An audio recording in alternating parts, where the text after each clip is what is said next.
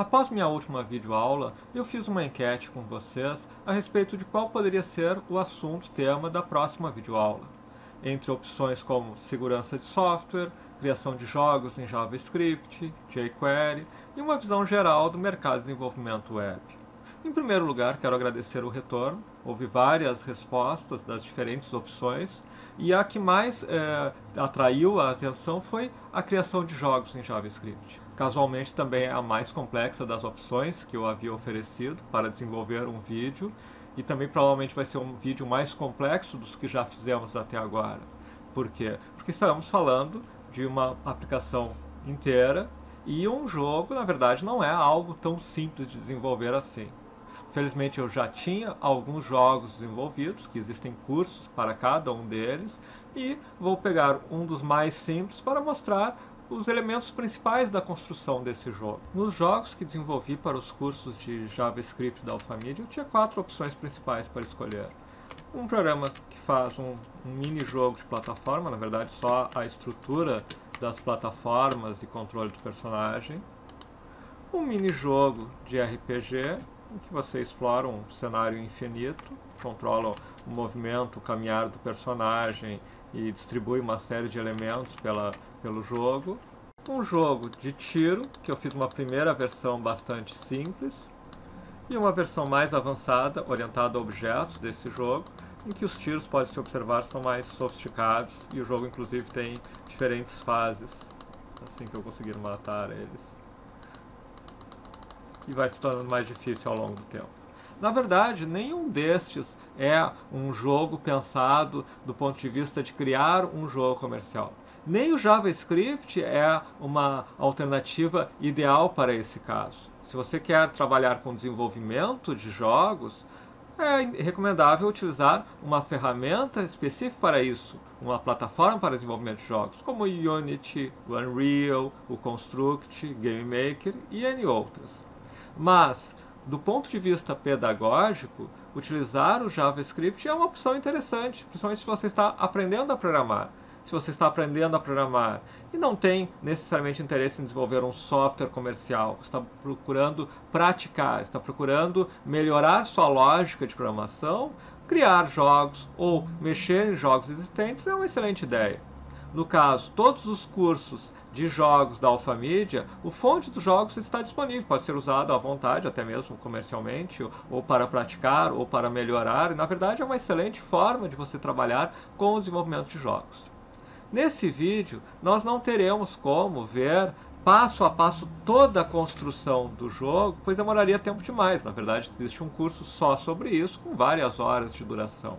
Mas eu vou tentar pegar os elementos principais e ir mostrando a construção deles, a colisão, a criação dos personagens, o movimento na tela, mostrando passo a passo como esses elementos são criados.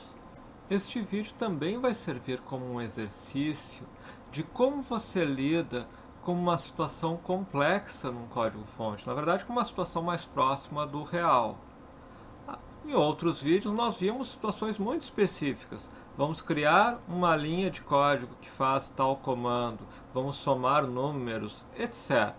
Mas na vida real, quando você encontra um código, principalmente um código que já existe, você não vai conseguir entendê-lo inteiro de uma só vez. Talvez você nunca consiga entender tudo que está ali. E, no entanto, na prática, muitas vezes você vai ter que lidar com um código desses.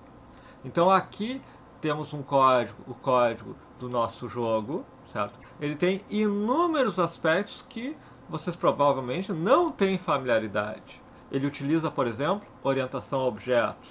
E mesmo que você já conheça a orientação a objetos, se você nunca trabalhou com ela no JavaScript, ele opera de uma forma diferente das outras linguagens. Por exemplo, ele não tem estrutura de classes. Então, se você tentar entender todo esse código de uma só vez, você vai encontrar inúmeros elementos que são desconhecidos. Mas você não precisa entender o todo para entender as partes que são relevantes para um determinado momento. Então nós temos todo o código aqui e nós vamos ver alguns aspectos específicos dele. E vocês podem baixar esse código-fonte e brincar com ele, manipulá-lo, estudá-lo. Vocês podem optar por adquirir o curso de criação de jogos, que tem este e vários outros jogos, e vai realmente em muito mais detalhes secando cada um desses jogos. Mas, se nós descermos aqui e começarmos de baixo para cima, nós começamos a ver algumas coisas que provavelmente vocês já estão mais familiarizados. Por exemplo, nessa estrutura do HTML, que é bastante simples, nós temos aqui onMouseMove e onClick. São estruturas do HTML que vinculam com funções do JavaScript.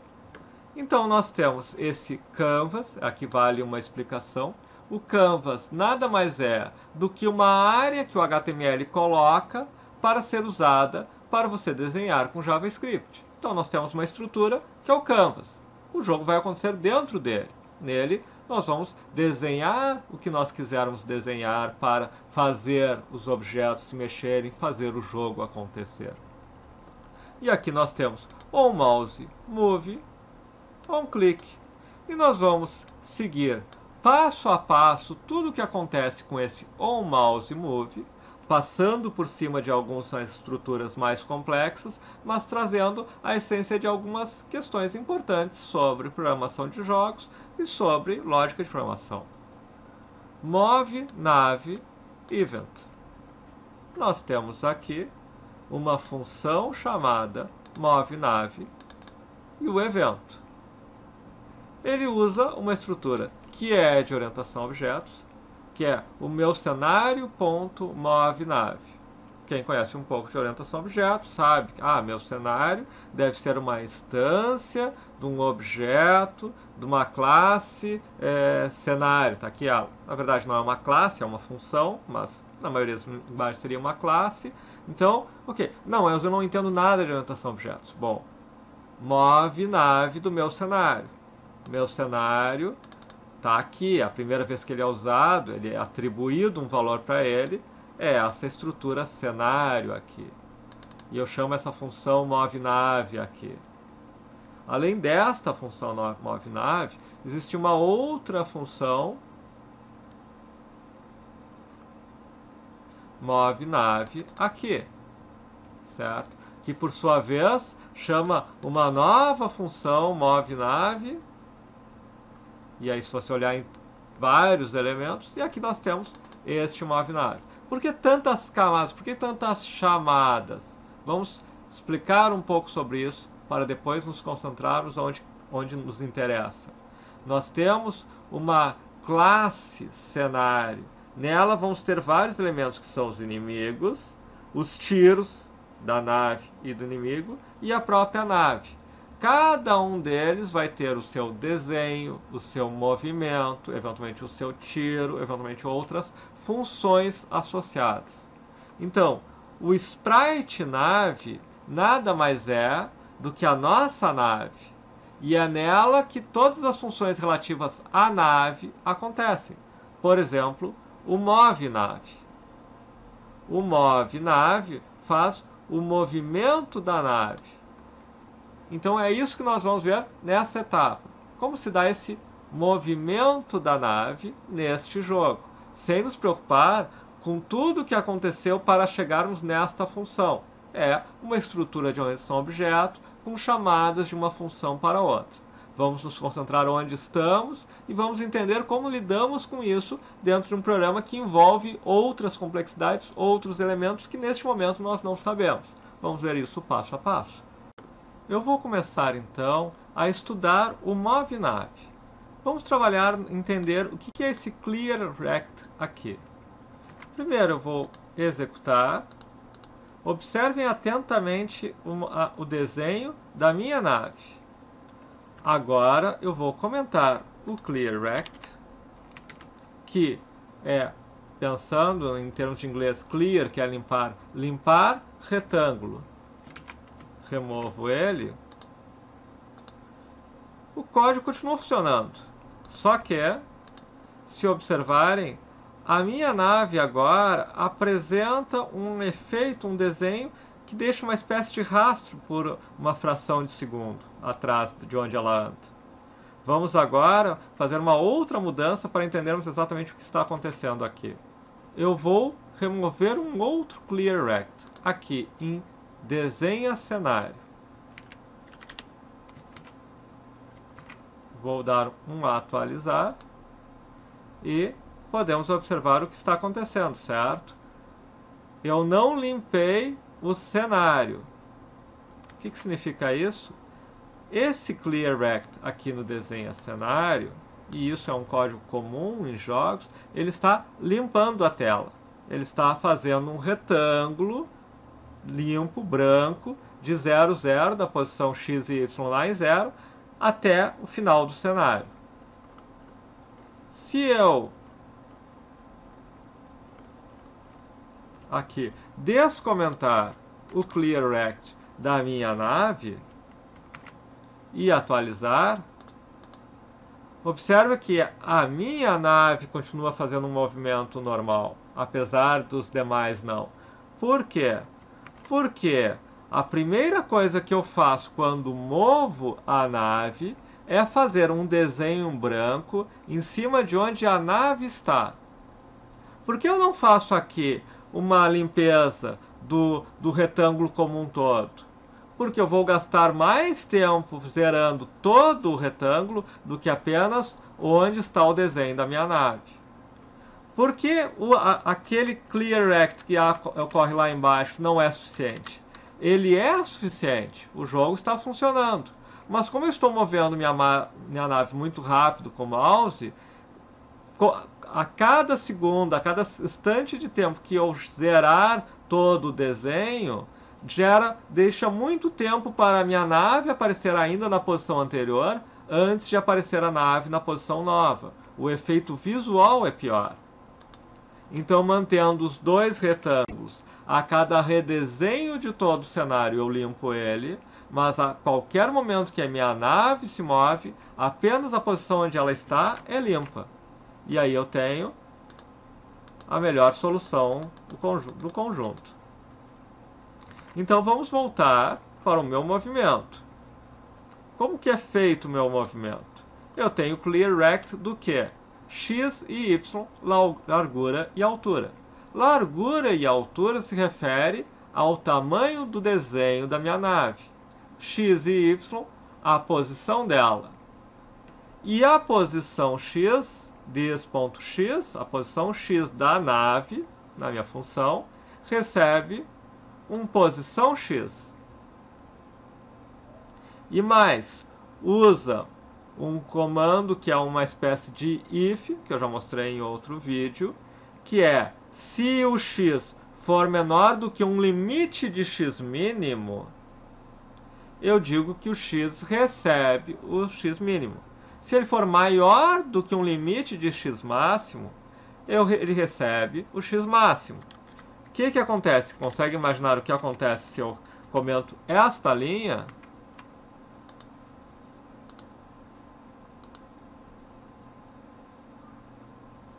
Observem, eu estou indo com o mouse e mesmo que haja uma posição além do meu limite, eu consigo empurrar a nave para lá.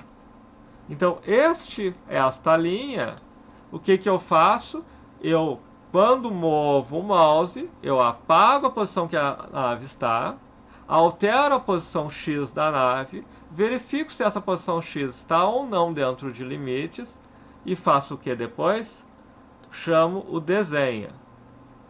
Não existe um desenha aqui em Sprite Nave.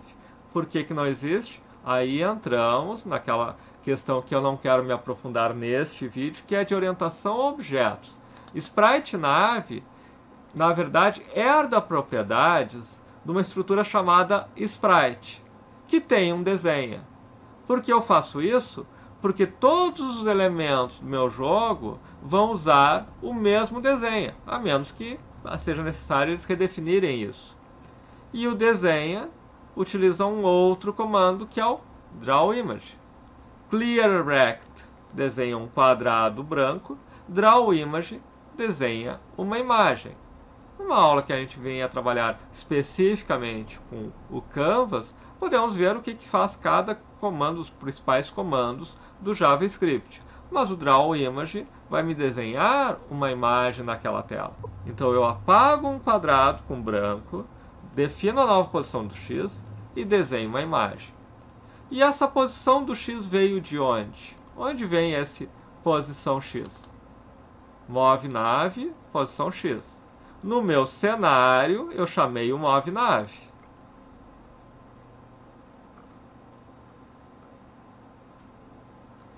E no cenário, eu chamei o move nave, já tendo recebido esse posição X.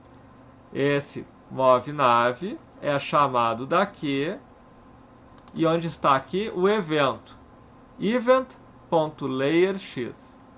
O meu JavaScript chamou moveNav com event, e aqui eu posso, por exemplo, console.log event.layerX, console.log event.layerY. Vamos rodar.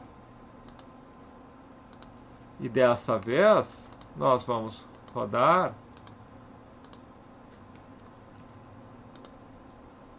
e observem. Quando eu movo o mouse, se eu vou mover muito para próximo dessa posição, eu tenho x e y com 0. Vou inclusive colocar x é igual, para ficar mais claro, y é igual.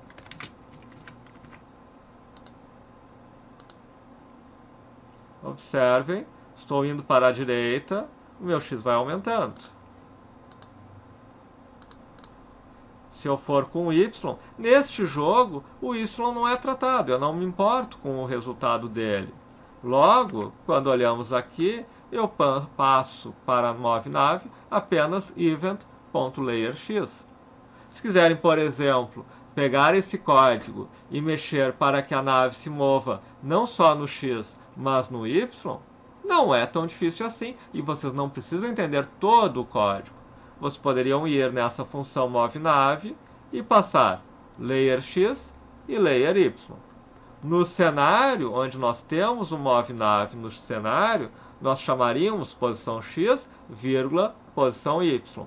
E no controle da nave, se sprite nave, nós temos a função moveNav que passa a ter posição X e posição Y, e eu posso usar this.x e this.y sendo alterados. E eu vou estar mexendo na estrutura de um jogo sem ter entendido todo ele, mas entendendo aquela parte que eu quero ver. Então, estamos aqui começando a enxergar pedaços de um código como um todo, entendendo eles.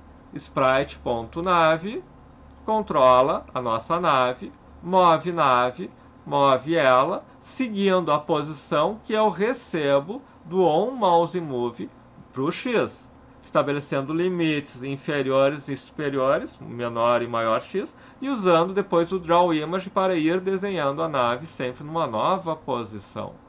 Estes elementos sendo usados nos permitiriam, num código, inclusive muito mais simples, fazer o controle do movimento de um objeto. Se eu fizesse apenas isso, meu código teria poucas linhas. Mas para não ter que sair do código do jogo como um todo e ficar apenas vendo um código de movimento de um objeto, já que aqui eu estou preocupado em mostrar um pouco do código de um jogo inteiro, eu estou mostrando como mesmo assim nós conseguimos entender um pouco, uma parte, mesmo quando não entendemos o todo. Vamos ver um pouco mais adiante, seguindo essa mesma lógica. Vamos olhar agora como é implementado o tiro disparado pela nave. O onMove tem a ação que nós vimos. Vamos ver agora a ação vinculada ao onClick. OnClick, tiro event. A função tiro chama a função tiro do meu cenário. Até aqui estamos igual ao move. No meu cenário, eu tenho aqui o tiro. Observem o código do meu tiro e vamos analisá-lo. Se this, uma questão de orientação a objetos, estou dizendo que esse tiro ativos é do cenário. Se tiro ativos é menor do que 5, o que eu faço? Eu uso aquele mesmo comando new e uso um sprite tiro. Nós vimos o comando new no início. Aqui, cenário, nós tínhamos uma nova criação de um cenário. nós também vimos um sprite, o sprite nave, anteriormente. Aqui temos o sprite nave. Observe que nós temos também o sprite tiro. São estruturas que todas elas são herdadas da estrutura sprite. Então, cada tiro é como se fosse uma nave. É uma estrutura semelhante à nave, com algumas características próprias do desenho do tiro, que nós vamos ver uma parte agora. Mas, ao olharmos o cenário, nós temos no início do cenário, no cria cenário, o new sprite nave. Quando o cenário é inicializado, nós criamos a nave. Nós definimos uma variável que vai receber o sprite nave. Quando o tiro é disparado, se não existem 5 tiros ativos, eu vou criar um sprite tiro. Depois eu vou estabelecer um movimento desse sprite tiro e vou dizer que o número de tiros ativos aumentou. E vou usar esse comando push, que é, quem viu as estruturas de arrays, como funcionam no JavaScript, o push vai me colocar um novo elemento aonde? Em sprites. O que é sprites? É um array. Ou seja, eu tenho no meu cenário, e aí a gente já começa a entender, não todo, mas um pouco mais de como é construído esse jogo. Eu tenho um array, um vetor, um conjunto de sprites. Quando eu dou um tiro, eu crio um novo sprite tiro, e esse sprite tiro é inserido no meu conjunto de sprites. Se nós formos estudar mais detalhes, se vocês forem olhar, em algum momento aquele tiro sai da lista de sprites. E quando eu atiro um novo tiro, eu coloco um novo tiro na minha lista de sprites. Vamos supor, por exemplo, para entendermos melhor naquela lógica de fazer testes para ver se estamos entendendo o que está acontecendo. Vamos substituir de 5 para 2. Somente se houverem até 2 tiros ativos, eu entro nesse código. Vamos ver se ele faz aquilo que nós imaginaríamos que ele deveria fazer. Eu atualizo. E observem, eu só consigo dar um terceiro tiro quando um dos meus tiros desaparece. E agora eu só consigo trabalhar com 2 tiros. Vamos colocar 15, mas vamos também colocar aqui seta movimento. Olha o que eu vou fazer com esse seta movimento.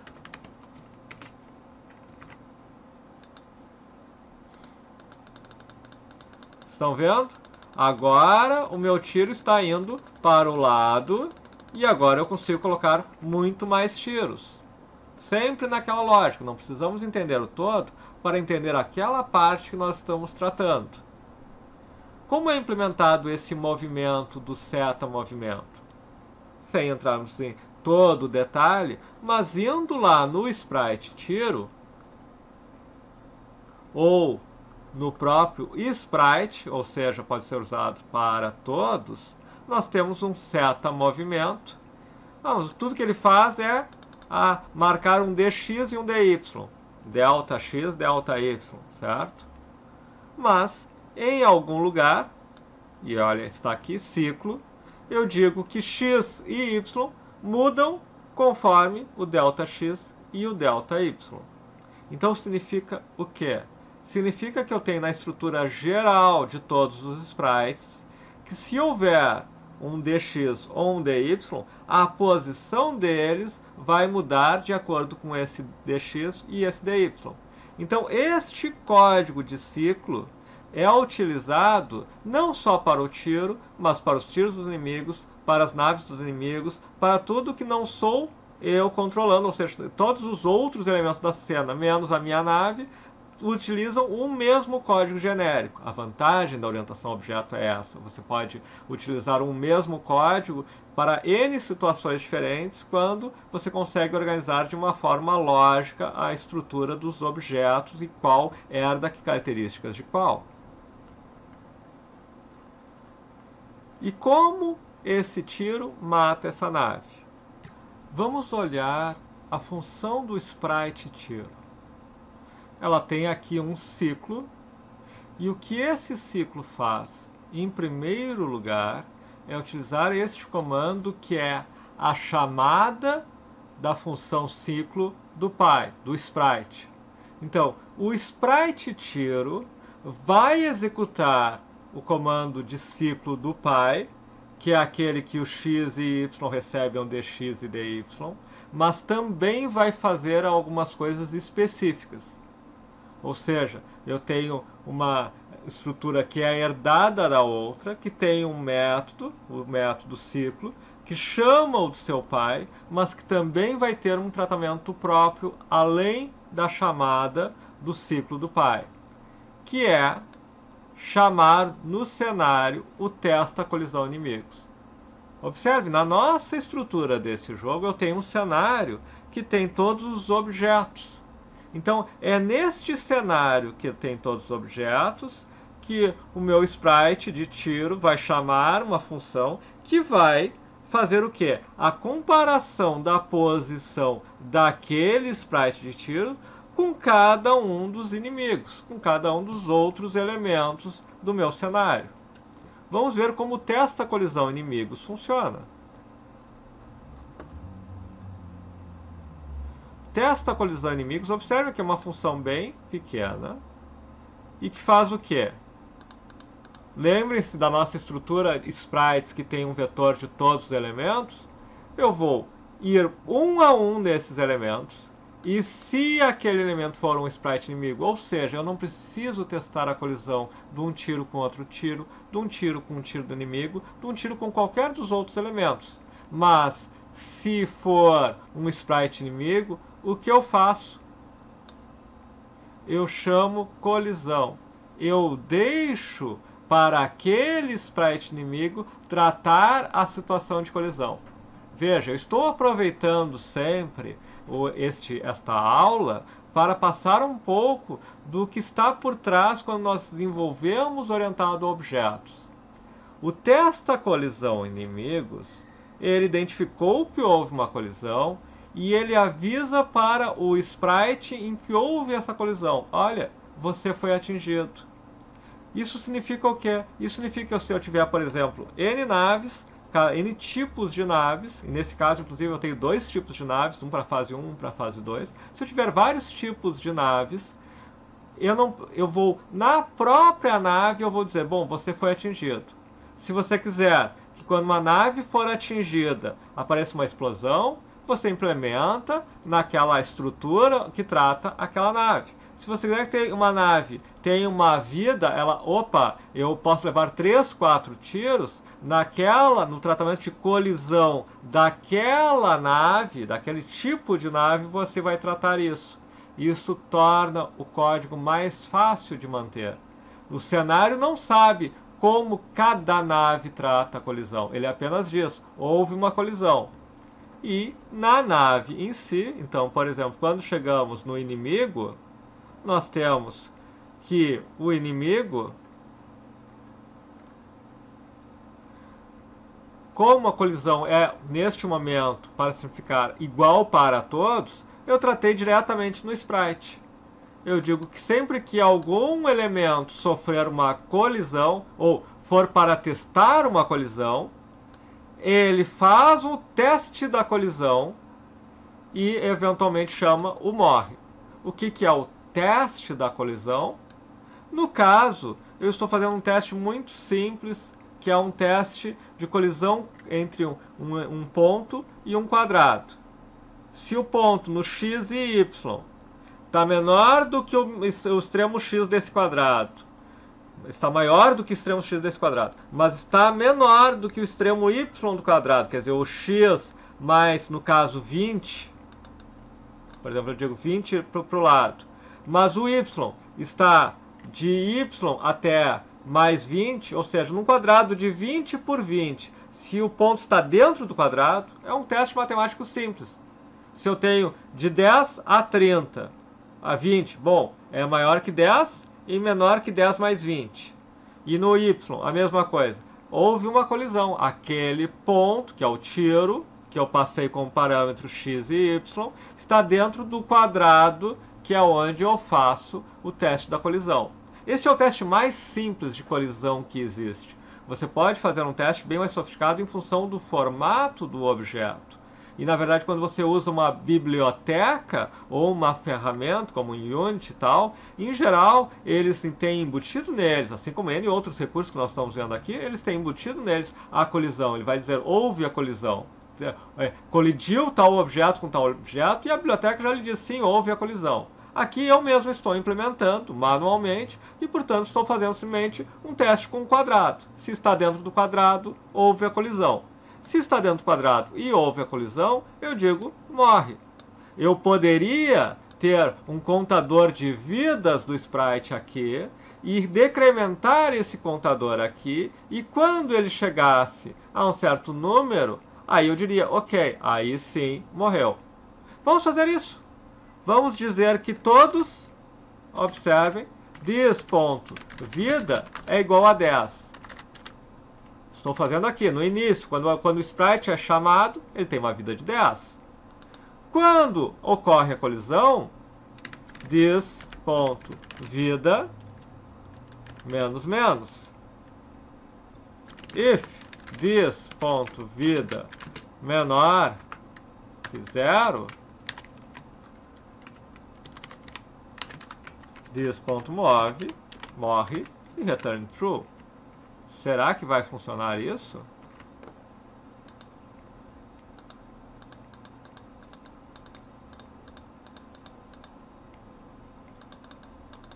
Observe.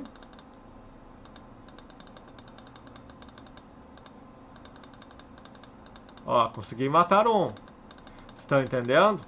Se tornou mais difícil de matar eles, porque agora eles não morrem assim que ocorre a colisão. Eles apenas decrementam a vida e no final morrem. Velha questão que eu coloquei desde o início. Eu não preciso entender todo o código para fazer mudanças numa pequena parte, enquanto eu ainda estou aprendendo e estou entendendo. Na verdade, essas mudanças me ajudam a entender o que faz o código. E aí nós vimos assim o tratamento de colisão. Se nós formos olhar genericamente, globalmente esse código, que é algo que ao longo do tempo vocês podem ir descobrindo sozinhos, ou dentro do nosso curso, onde o código é construído de uma maneira mais detalhada, o que nós temos é, então, que nós temos o move nave, que nós vimos, o tiro, que nós vimos, o cria cenário, que cria um vetor, onde nós temos nossa nave, e chama o nova fase. O que é o nova fase? O nova fase é exatamente onde meus inimigos são criados. E aqui tem uma série de códigos matemáticos para em qual fase. Se a fase já está subindo a mais, eu deixo os inimigos com um recurso mais sofisticado de movimento e poderia aumentar a vida deles. Poderia dizer que a cada fase o inimigo tem mais vida e crio o inimigo 1 ou o inimigo 2. Para ter dois sprites que se comportam de maneiras um pouco diferentes. E se eu quisesse criar um terceiro aqui, eu poderia dizer, ok, na fase 1, na fase 2, na fase 3 é o inimigo 3. E eu tenho mais um sprite com as mesmas características dos outros e algumas diferentes. E o mais importante, talvez um coração de um programa, eu tenho esse set interval. Vamos finalizar esse curso, essa mini apresentação desse código JavaScript, vendo o que é isso. O set interval, e nós já vimos num vídeo anterior, ele faz com que esse executa ciclo seja chamado a cada 30 milissegundos. Então, executa ciclo chama o ciclo. Nós já vimos em alguns momentos. O ciclo vai chamar um ciclo de cada objeto. Ok, passou um instante. Para cada nave eu digo, passou um instante. Para cada tiro eu digo, passou um instante. E cada um deles faz as suas ações. Se não há mais nenhum inimigo ativo, eu chamo o nova fase, que vai criar uma nova fase e tudo continua. Se eu mudar esse executa ciclo, por exemplo, para 300, o que nós temos aqui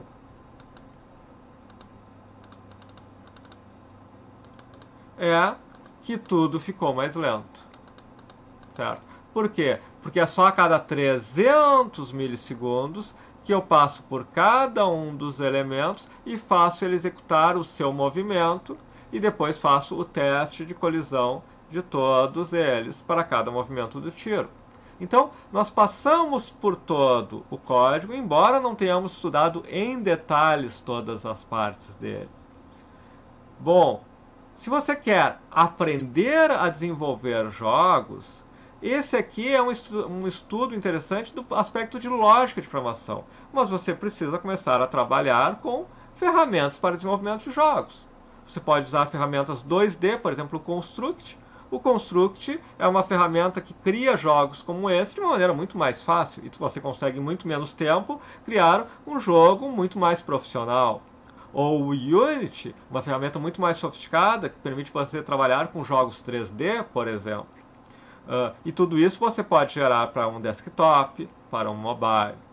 Se você está trabalhando em outras áreas, mas você ainda está aprendendo a programar, um jogo como esse é interessante no aspecto de lidar com algumas situações, algumas específicas para jogos, mas outras comuns a N tipo de aplicações.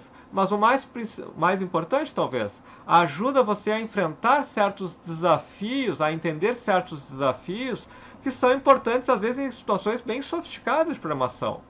Por exemplo, na maioria dos programas, você só vai começar a trabalhar com uma questão de desempenho, velocidade, quando estiver trabalhando com um nível mais avançado, com programas mais sofisticados ou programas mais complexos. Mas em jogos isso é uma realidade desde o início. Você tem que se preocupar no jogo com a interface, com o movimento dos objetos, com a eficiência do código, se aquele código está rápido o suficiente. E isso são questões que, quando você tem um programa talvez de grande porte, com uma interface sofisticada, com recursos sofisticados, novamente você vai encontrar esse tipo de desafio. Então, criar jogos não deixa de ser uma boa forma de praticar programação. Para quem está começando, às vezes, se você é um jovem e não está no mercado, nem tem uma pretensão de entrar no mercado neste momento, mas quer dominar mais de programação, esse é um bom lugar onde você pode trabalhar. Esse fonte, por exemplo, desse jogo aqui, eu poderia dizer o seguinte: hoje o movimento na nave acompanha exatamente o movimento do meu mouse. Mas eu poderia fazer o seguinte: o meu mouse vem para cá e a nave tem uma velocidade de movimento, isso torna mais difícil o jogo. Então eu quero que a nave use aqueles DX para ir em direção ao meu mouse até chegar nele, mas não que se mova automaticamente. Eu quero criar mais alguns elementos, mais algumas naves além dessas. Então eu vou ter que aprender como criar outros elementos, outras instâncias no JavaScript, que herdem propriedades de uma outra classe, de uma outra função, no caso do JavaScript, mas eu estou mexendo com orientação a objetos. Então, códigos como esse, criação de jogos, se você gosta disso, são oportunidades interessantes de praticar. E aqui temos um código que é totalmente livre, você pode usar à vontade e que você pode usar para trabalhar e programar. Essa foi a aula que eu fiz em função do que foi a questão mais pedida. Houve, inclusive, algumas pessoas pediram especificamente a questão de colisão. E, claro, eu mostrei um exemplo muito simples de tratamento de colisão. Mas, muitas vezes, você usa uma plataforma que faz o teste da colisão para você. Mas, se você tiver que fazer, você vai ter que usar algum tipo de algoritmo, desde esse mais simples, de testar um quadrado, mas algum tipo de algoritmo que detecte se um objeto e o outro se cruzam. Você pode testar um círculo e um raio, usar uma fórmula matemática, você pode ter a estrutura, um vetor que forma o desenho de cada objeto, você pode inclusive ter as imagens e fazer o teste se algum pixel colide com algum pixel. Existem N métodos bastante sofisticados de colisão. Para quem desenvolve jogos, em geral, essa não é a preocupação, porque, em geral, vai haver uma biblioteca que faz o teste de colisão para você. Mas, do ponto de vista didático, de saber o que está acontecendo, como funciona, trabalhar diretamente no JavaScript, implementando tudo, é uma oportunidade de aprendizado também. Então, ficamos por aqui por hoje. O código-fonte também está disponível junto com esse vídeo.